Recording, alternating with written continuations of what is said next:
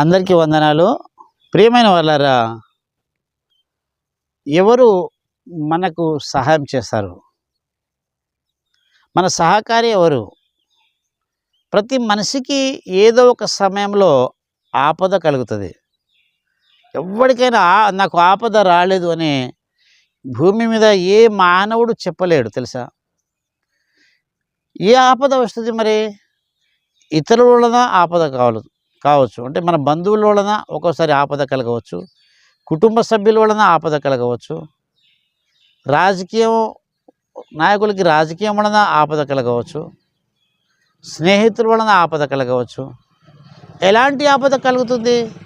ఒక్కొక్కసారి ఆరోగ్య పరిస్థితి బాగలేక క్రిటికల్ పొజిషన్లో ఎమర్జెన్సీలో జాయిన్ అయ్యి ఆపద కలగవచ్చు. కొంతమంది ఆర్థిక సమస్యలతో ఆపద కలగవచ్చు. కొంతమందికి సమాధానం లేక ఆపద కలగవచ్చు. వారి వారి పరిస్థితిని బట్టి వారు ఆపదను తొలగించాలని వివిధ మనుషుల దగ్గర కలుస్తూ ఉంటారు. ఎవరు డబ్బులు ఇస్తారు అని కొంతమంది దగ్గర కలుస్తారు. నాకు ఎవరు న్యాయం చేస్తారని లాయర్ల దగ్గర కలుస్తారు. నా ఆరోగ్యాన్ని ఎవరు బాగు చేస్తారని డాక్టర్లను కలుస్తారు. ఈ విధంగా అనేక రకాల ప్రజలు ఈ లోకంలో ఉన్నారు. కానీ పరిశుద్ధ బైబిల్ గ్రంథము ఏమని సెలవిస్తుంది? 124వ కీర్తన 8వ వచనంలో, ప్రియమైన వాళ్ళారా, భూమి ఆకాశములను సృజించిన యెహోవా నామము వలననే మనకు సహాయం కలుగుచున్నది. అంటే భూమి ఆకాశములను సృజించిన యెహోవా నామం వలన మనకు సహాయం కలుగుతుంది. ఒక వ్యక్తి, నా స్నేహితుడు అన్నాడు, నాకు మామయ్య ఉన్నారు, నా మామయ్య పెద్ద రాజకీయ నాయకుడు, ఏ ఆపద వచ్చినా నన్ను ఆదుకుంటాడు అని. ఆయన రాజకీయ నాయకుడు, ధనవంతుడు, పలుకుబడి వ్యక్తి కాబట్టి ఆదుకుంటాడు.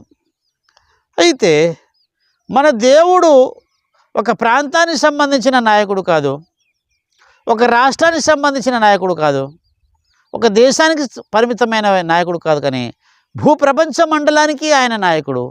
ఆయన ప్రభువు. ఆయన భూమిని నిర్మించాడు, ఆకాశంని నిర్మించాడు, ఆకాశంలో సమస్తాన్ని నిర్మించాడు. అంత గొప్ప ధనవంతుడు మన దేవుడు. ఆయన శక్తి కలిగిన వాడు, ఆయన మహిమ కలిగిన వాడు, ఆయన ప్రేమపూర్ణుడు, ఆయన కృప చూపించేవాడు, ముఖ్యంగా ఆయన కనికర సంపన్నుడు. ఆయనే మనకు సహాయం చేస్తాడు. నువ్వు విశ్వసిస్తున్నావా? నీవు ఒకవేళ విశ్వసించినట్లయితే, నా సహాయకుడు యెహోవా అని విశ్వసించినట్లయితే, నిన్ను సహాయం చేయడానికి ఆయన ఎల్లప్పుడూ సిద్ధంగా ఉంటాడు. ప్రియమైన వాళ్ళారా, 104వ కీర్తన 28వ వచనంలో ఏమని సెలవిస్తుంటే, నీవు వాటిని పెట్టునది అవి కూర్చుకునను, నీవు గుప్పిలు విప్పగా అవి మంచి వాటిని తిని తృప్తిపరచడు. అంటే దేవుడు ఇలా గుప్పిలు విప్పుతాడు. దేవుడు గుప్పిలు విప్పినప్పుడు ఆ గుప్పిలిలో ఈ లోకంలో సమస్త ప్రాణులు తిని సంతోషంగా ఉంటున్నది. కానీ ఈ లోకం మానవుడే తృప్తి లేనివాడు. ప్రతి ప్రాణికి తృప్తి ఉన్నది. ఆకాశంలో ఎగిరే పక్షికి తృప్తి ఉన్నది, భూమిపైన నడిచే జంతువులకి తృప్తి ఉన్నది, ఈ ప్రకృతికి తృప్తి ఉన్నది. కానీ తృప్తి లేనివాడు ఒక మానవుడే. తృప్తి లేని మానవుడు అయి నీ జీవితంలో ఒక తృప్తి, ఆనందం కావాలన్నా అయితే నువ్వు విశ్వసించు, భూమి ఆకాశమును సృజించిన యెహోవా నీకు సహాయకుడు అని. ప్రియమైన వాళ్ళారా, అనేక విషయాల్లో మనం చూసినట్టయితే ఆయన ఎలాంటి సామాన్యమైన దేవుడు కాదు. 146 కీర్తన 6వ వచనంలో, ఆయన ఆకాశమును, భూమిని, సముద్రమును, దానిలోని సర్వమును సృజించినవాడు. మనల్ని సహాయం చేస్తా అంటున్నవాడు ఎవరంటే సామాన్యవాడు కాదు. నేను నీకు సహాయం చేస్తానని మన దేవుడు చెప్తున్నాడు. నేను నీ పాపాలను కడుగుతానని మన దేవుడు చెప్తున్నాడు. నేను నీకు ఆనందాన్ని ఇస్తానని మన దేవుడు చెప్తున్నాడు. నేను నీ ఆపదలు ఆదుకుంటానని దేవుడు చెప్తున్నాడు.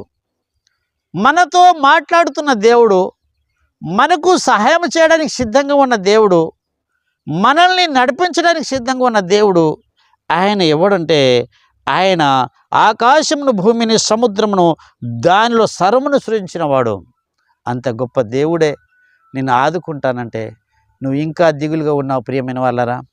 నువ్వు ఇంకా దిగులుగా ఉన్నావా? అయ్యో నా కొడుకు నన్ను ఆదుకోవట్లేదే అని కొంతమంది ఆత్మహత్య చేసుకుంటున్నారు. నిజంగా సరే, కొంతమంది కొడుకులు మూర్ఖులై తల్లిదండ్రులు వదిలి వెళ్ళిపోతున్నారేమో, వెళ్ళిపోని, కానీ నిన్ను నిర్మించిన దేవుడు ఉన్నాడు, నిన్ను వదిలిపెట్టాడు.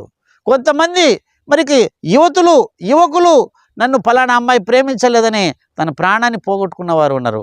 కొంతమంది ఇక ప్రేమికులు నన్ను ప్రియురాలు ప్రేమించలేదని ప్రాణాన్ని వదిలేసిన వారు ఉన్నారు. కొంతమంది ఉద్యోగం రాలేదని ప్రాణాలు వదిలేసిన వారు ఉన్నారు. కొంతమంది అవమానించారు నన్నని ప్రాణాలు వదిలేసిన వారు ఉన్నారు. నీ ప్రాణం స్వల్పమైనది కాదు ప్రియమైన వాళ్ళరా. దేవుడు ఈరోజు నీతో మాట్లాడుతున్నాడు. నిన్ను నేను సహాయం చేస్తానంటున్నాడు, నిన్ను నేను ఆదుకుంటానంటున్నాడు. నిన్ను సహాయం చేస్తానని చెప్పిన వాడు ఎవరంటే ఆయన భూమిని ఆకాశం నిర్మించిన వాడు, ఆయనే మన సహాయకుడు. ఈ మాటలు నీ వినికిడిలో ప్రభు నన్ను దీవించునుగాక. ఆమేన్.